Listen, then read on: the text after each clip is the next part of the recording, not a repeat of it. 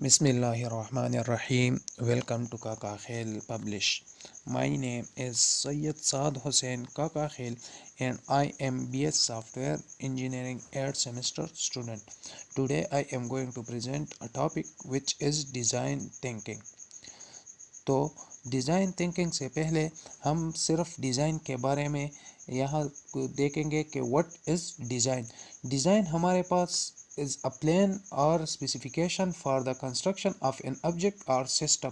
एक ऑब्जेक्ट को हम बनाने के लिए उसके लिए जो हम प्लान तैयार करते हैं उसके कंस्ट्रक्शन करने के लिए उसे कहते हैं डिज़ाइन।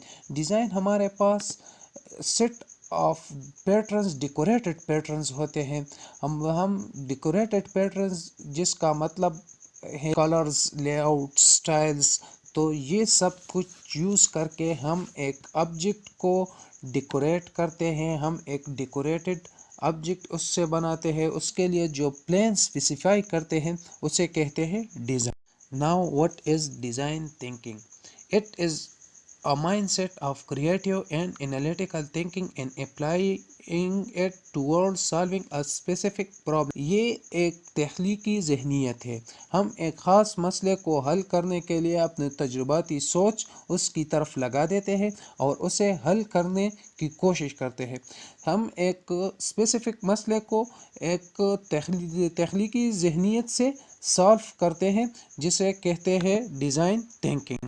अब डिज़ाइन थिंकिंग डिवेल्प 3 स्टेजों से होता है, जिसमें एक है इंस्पायरेशन।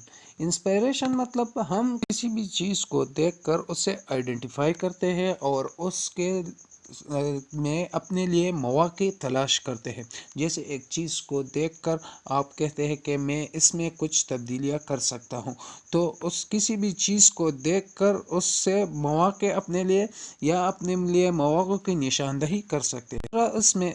दूसरा इसमें है आइडिएशन। आइडिएशन मतलब कि हम किसी भी आइडिया को ख्याल को या अपने लिए उससे गोल सेट कर सकते हैं कि हम ये गोल अचीव करना चाहते हैं या कंसीव करना चाहते हैं। और लास्ट वन इसमें है इम्प्लीमेंटेशन, जो कि हम सिंपली उसे फिर इम्प्लीमेंट। अब आ जाते हैं एक एग्जांपल की तरफ। जैसा कि यहाँ पर है कि हम पहले किसी डब्बे वगैरह को खोलने के लिए चाकू का इस्तेमाल करते थे और अब इसमें इनोवेशन आ गया है, तो जिसकी वजह से हम अब इसे इसके लिए एक कटर बनाया हुआ है जिसकी मदद से हम अब इसे आसानी के साथ खोल सकते हैं। अब यहाँ पर डिज़ाइन थिंकिंग के 5 स्टेजेस है, जिसमें हम पहले अपने कस्टमर को एम्फसाइज करते हैं कि उसे अंडरस्टैंड करते हैं कि आया वो क्या चाहता है, उसकी क्या नीड्स है। फिर हम अपना वो प्रॉब्लम डिफाइन करते हैं कि हमारा मसला यूज़र के कहाँ कहाँ पर है और उसको क्या क्या परेशानी पेश आ रही है। फिर हम उसको आइडिएट करते हैं, मसलन एक जर्नल रेंज दे देते हैं और उसके लिए हम हमारे जो क्रिएटिव आइडियाज़ होते हैं, कभी कभार वो क्रेज़ी भी हो सकते हैं, तो वो आइडियाज़ हम अपने लिए जनरेट करते हैं एक रेंज के। हमारा कस्टमर को अगर हम ये क्रिएटिव आइडियाज़ उसमें अपने प्रोडक्ट या दूसरी कोई चीज़ उसमें लगा दें तो वो उससे फ़ायदा उठा सकता है, उसकी वो प्रॉब्लम्स ख़त्म हो सकती हैं। उसके बाद हम उसका एक प्रोटोटाइप बना देते हैं। प्रोटोटाइप जनरली एक वो जो आइडियाज़ हैं उसको हम कंबाइन करते हैं और उसे एक रिप्रेजेंट करते हैं, उसे एक रिप्रेजेंटेशन वाला शेप दे देते हैं जिससे हम उसको दिखा सकते हैं कि मैं ये चेंजेस उसमें लाना और ये एंड प्रोडक्ट मेरे साथ इस तरह का बनेगा।